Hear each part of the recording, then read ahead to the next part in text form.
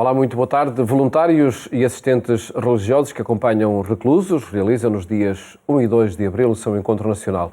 Uma oportunidade para a partilha do trabalho no ambiente prisional e que vamos antecipar daqui a pouco com José Noronha. Primeiro, o nosso destaque vai para contextos de perseguição religiosa no mundo, um tema que apresentamos neste programa em cada quarta-feira, em parceria com a Fundação Ajuda à Igreja que Sofre.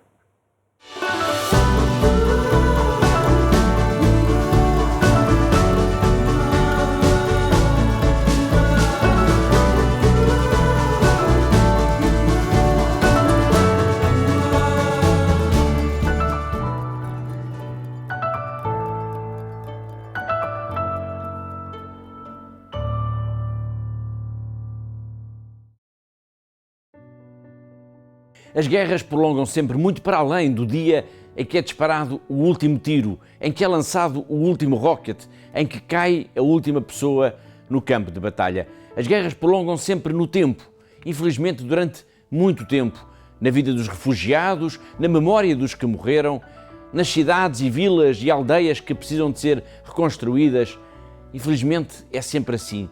As guerras começam sempre antes do primeiro tiro ser disparado e continuam muito depois do fim dos combates. E é nessa outra guerra, que é a do apoio às populações, aos deslocados, aos refugiados, aos que perderam tudo, que vamos encontrar sempre a Fundação AIS. A solidariedade é o campo de batalha da ajuda à Igreja que Sofre, como nos vai contar já de seguida uma jovem síria, Madj Jalom.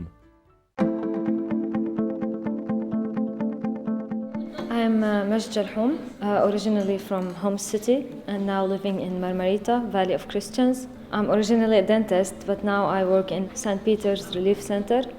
We take care of displaced and affected families. At first we started with simple aid, food kits and hygiene kits. And then later ACN started helping us with bigger projects like the medical support project for surgeries, medical supplies and treatments, and for prescriptions, and with rent support for the displaced families, and with the scholarships, and we also have financial support for also the very poor families. Because of their economical situation and because it's not easy to reconstruct their houses on their own, these people, they can't just go back home yet. It's getting more difficult every year because some families used to have some savings and of course they don't anymore. It's not easy to be living here away from everything else they used to have. Everyone just wants to go back. The years that we have been working here, we feel that what we do actually matters. We feel that these families are depending on us. Sometimes when we see amazing miracles every day, we thank God for that, and we know that the hand of God is playing this role.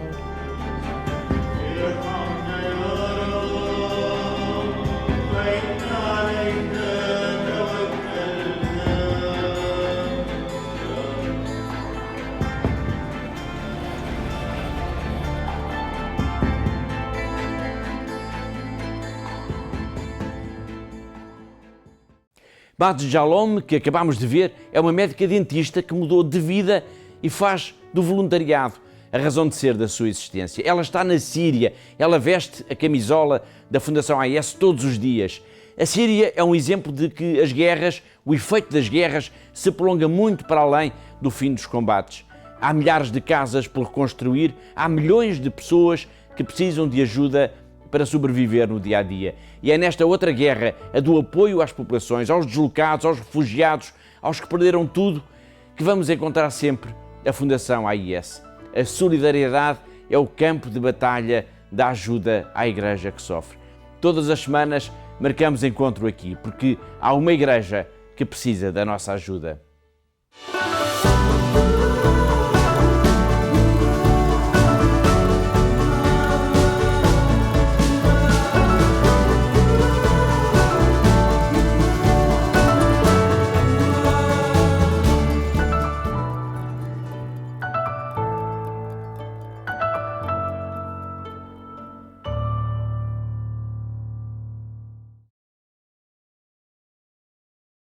Perseguidos, mas não esquecidos, graças também à informação sobre contextos de perseguição religiosa.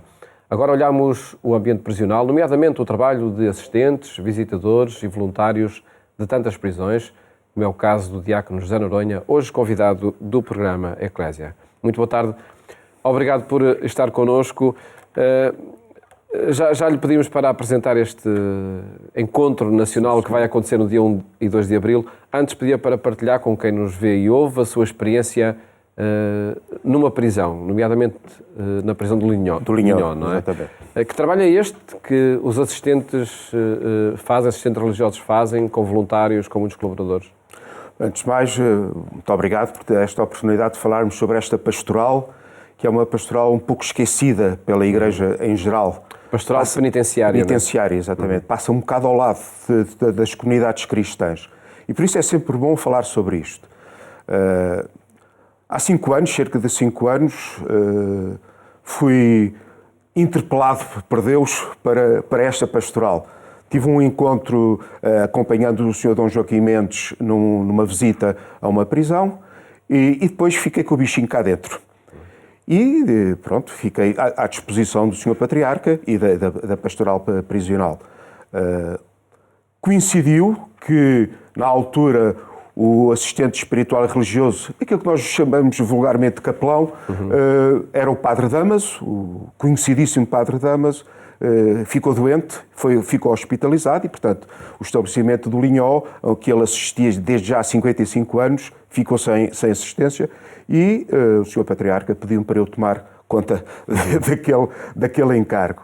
E o tomar conta, acredito que significa tomar conta de uma população muito abrangente, sim, não é? Sim. O estabelecimento do Linhó tem uma particularidade, é só para jovens, até idades de cerca de 30 anos.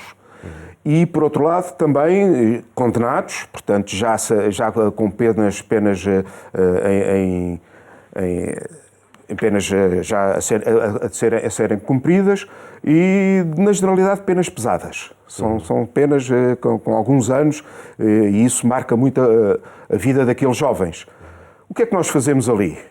Acompanhamos, sobretudo com a nossa presença, e acho que é importante frisar a fidelidade à presença, não nos deixarmos ir pela parte cómoda de hoje não dava jeito, não vou, mas vamos. Dar-lhes esperança e apontar-lhes futuro. E são muito procurados os assistentes, os voluntários? De certa maneira, sim. Eu tenho que dizer que há 2 períodos, o pré-pandemia e o pós-pandemia. No pré-pandemia, sim, tínhamos um grupo bastante coeso que participava nas celebrações semanais que eu costumo fazer e em outras atividades, nomeadamente catequéticas e de formação religiosa, juntamente com um grupo de voluntários que me ajuda neste trabalho. Pós-pandemia, a coisa quebrou, praticamente durante 2 anos não tivemos contactos.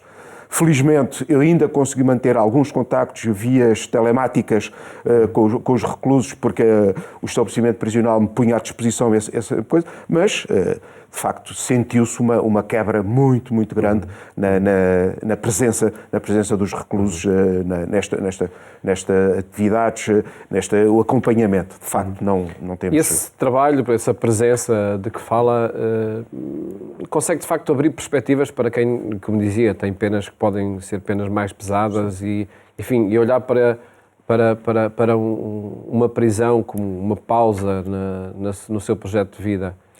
Olha, é exatamente isso que eu lhes digo. É uma pausa e aproveitem bem esta pausa para pensar o que querem fazer do resto da vossa vida. Pessoas com 17, 18, 20 anos, com condenações de 10, 12 anos, ainda têm grandes oportunidades de recomeçar a vida noutras perspectivas. E eu diria que o meu trabalho é abrir-lhes os olhos para essas perspectivas e serem capazes de olhar o futuro, preparando desde já dentro da prisão. E é importante que isso. O estabelecimento providencia escola e algum trabalho profissional. E por isso eu vou sempre lhes dizendo que aproveitem estas oportunidades para irem ganhando competências e serem capazes de, um dia que saem, encontrarem uma perspectiva de vida. Mas sempre lá dentro. A reintegração começa logo ali, não é? E é uma das nossas grandes vertentes, é de facto a reintegração. Aliás, em conjuntura com a Direção-Geral da Reinserção e Serviços Prisionais, que fazem muito esse trabalho também. Pedia-lhe agora que nos falasse deste encontro que acontece em Fátima, não é? No dia 1 e 2 de Abril. 1 e 2 de Abril. Acredito que seja um ponto de encontro de muitas experiências, as várias capelanias das várias prisões. Que motivação encontram também neste encontro para dar mais solidez ao vosso trabalho? Muito bem. Este é um encontro que nós procuramos ser anual. Fazemos-lo em 2 dias. O primeiro dia está mais vocacionado para os assistentes espirituais e religiosos, os capelães. Vamos falando sobre os nossos problemas, as nossas situações, como é que podemos dar um aspecto global à pastoral penitenciária a nível do país e sermos capazes de entendermos como é que a Igreja tem que estar presente nos estabelecimentos prisionais. No segundo dia, mais aberto aos voluntários, em que vamos falando também sobre, muito importante, a formação dos voluntários, que neste momento é muito importante para que as pessoas saibam como estar num estabelecimento prisional e depois darmos perspectivas também a uma pastoral, darmos visibilidade a uma pastoral que, como eu dizia no princípio, tem pouca visibilidade a nível comunitário. Precisam de mais voluntários para trabalhar nas vossas capelanias? Precisamos muitos. A população de voluntários hoje em dia é uma população mais envelhecida. Vem de muito trás, com estatutos que foram sendo alterados devido à evolução da lei e, portanto, neste momento não é tão apetecível. Mas precisamos de muitos voluntários. E é fundamental esse trabalho dos voluntários para humanizar o ambiente das prisões? Completamente, porque o capelão não deve estar sozinho. Tem que ter um apoio que, inclusivamente, transmita a ideia da comunidade.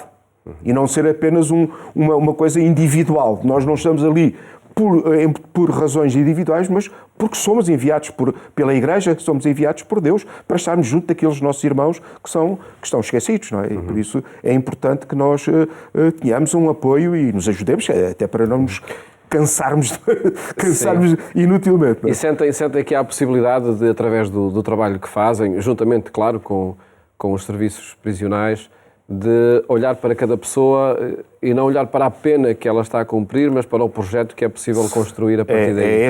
É esse o segredo, eu diria. Nós, quando eu me encontro com alguém, o meu cuidado é olhar para ele e ver um irmão que precisa de compreensão, precisa sobretudo de ser escutado. É o segredo de estarmos ali, é deixar que eles abram o seu coração a alguém que eles sabem que não os vai condenar, que não os vai pôr de lado e estarmos disponíveis, sobretudo esta disponibilidade para que eles saibam que não estão esquecidos.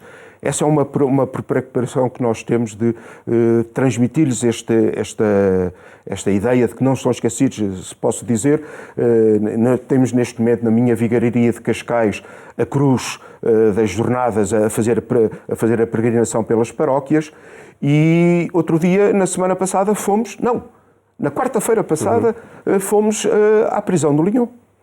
Dizer àqueles rapazes que eles também são juventude e que, portanto, também se integram na festa da juventude de forma diferente, sem dúvida, mas que estão incluídos nesta integração da juventude de Portugal no contexto da jornada que vai acontecer. Exatamente. Com o interesse da parte deles, acredito, também para Sim. Curiosamente, estávamos vestidos com aquelas camisolas, os t-shirts da coisa. Uma das coisas que eles logo pediram foi tragam-nos t-shirts e vamos entregar. E vamos mesmo entregar. O vosso trabalho encontra acolhimento por parte das direções das prisões, da direção do serviço prisionais? Sim. A Direção-Geral, o Sr. Diretor-Geral, é uma pessoa que colabora muitíssimo, está sempre disponível para nos ajudar no nosso trabalho, reconhecendo o papel importante que a Igreja Católica tem neste mundo prisional e, portanto, temos de facto uma colaboração grande das autoridades, sem dúvida nenhuma. Diácono José Noronha, agradeço ter partilhado connosco esse trabalho e fica esse apelo para quem queira ser voluntário. Exatamente. Venham ter com os seus respectivos capelães e eles tratarão do processo. Sem dúvida nenhuma, uma frente de missão também que interessa desenvolver. Muito obrigado, felicidades por esse trabalho também. Muito obrigado também por terem estado aqui. Muito obrigado. Neste programa destacamos ainda acontecimentos que marcam os últimos dias. 11% dos portugueses têm emprego, mas são pobres. A situação foi sublinhada na apresentação do relatório CARES da Caritas Europa.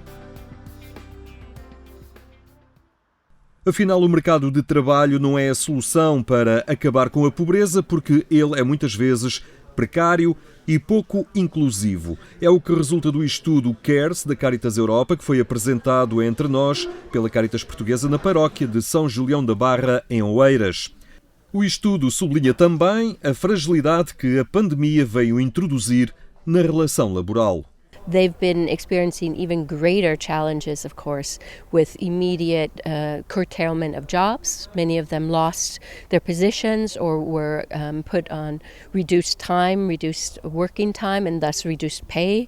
And it was grateful. I mean, it was a really positive element that the European Union came up with the SURE solution in providing immediate support to combat the labour market challenges and induced by COVID. But the problem with this is that it didn't necessarily help individuals. It helped a lot of companies and businesses and those in more secure working situations. But a lot of people, especially in precarious jobs, struggled more and didn't necessarily benefit long-term from this solution. Para esta responsável da Caritas Europa, é insuficiente apresentar os índices de empregabilidade como fatores absolutos de bem-estar social. Member states in the European Union often emphasize the importance of focusing on labour market and employment as the solution to help us move out of a situation with a declining economic, financial decline, things like this. The idea is that the labour market is the solution, but what our study shows is that the labour market alone is not the solution because of in-work poverty, because of the prevalence of precarious working conditions. Dos empregados. Um dado que também ficou claro na análise de Nuno Alves, do Observatório Caritas, que conclui não existir uma relação linear entre o estar empregado e a condição de pobreza. Fica claro que o grupo que tem uma menor taxa de pobreza são os empregados. De longe. Os empregados têm uma taxa de pobreza, isto são dados de 2020, de 11%. Um desempregado tem uma taxa de pobreza de quase 50%. 4 vezes mais, basicamente. Os reformados, 18%. Ou seja, isto diz-nos que a participação no mercado de trabalho é, digamos assim, um caminho para sair da pobreza, claramente. Mas também nos diz que não é uma condição suficiente. Este número aqui não é zero, são 11%. Para a Presidente da Caritas Portuguesa, a vulnerabilidade e as situações que a ela conduzem aproxima as pessoas da situação de pobreza. Isso somado a outras situações de fragilidade, estar em situação de risco, ter um rendimento baixo, qualquer doença, qualquer nascimento pode levar as pessoas a uma situação de maior precariedade. E a situação é transversal à Europa, não temos grande diferença, estamos na mesma situação, o que para mim também é espantoso, porque aquilo que é o nosso rendimento mais baixo não é igual a de toda a Europa. Portanto, claramente nós chegaremos mais rapidamente próximo da dificuldade dos trabalhadores pobres do que outros países da Europa, mas acontece em toda a Europa. Esta sessão sublinhava também a ação das Caritas paroquiais e a sua relação de proximidade com a comunidade e as situações de fragilidade que nela existem. A Caritas surgiu recentemente nesta unidade pastoral. Ambas as paróquias já tinham uma série de serviços caritativos que funcionavam, e o que nós fazemos agora, enquanto coordenação Caritas, acompanhamos os vários serviços, tentando saber quais são as suas ações, quais são as suas necessidades, quais são as suas faltas, e tentamos ligar isto à Caritas diocesana. Os serviços que existem em ambas as paróquias, portanto, existem os centros sociais paroquiais, existem os apoios às famílias, existem lojas sociais. Os relatórios CARES sobre a pobreza são produzidos pela Caritas Europa de 2 em 2 anos, abordando tópicos de política social, e pretendem reforçar o trabalho de influência política da Rede Caritas a nível nacional e europeu.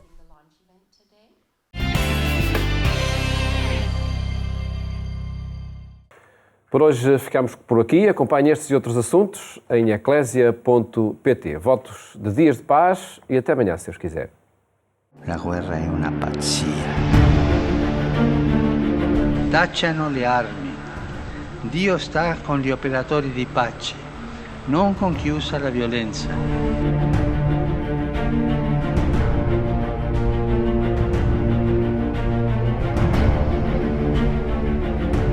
La regina della pace preservi il mondo dalla follia della guerra.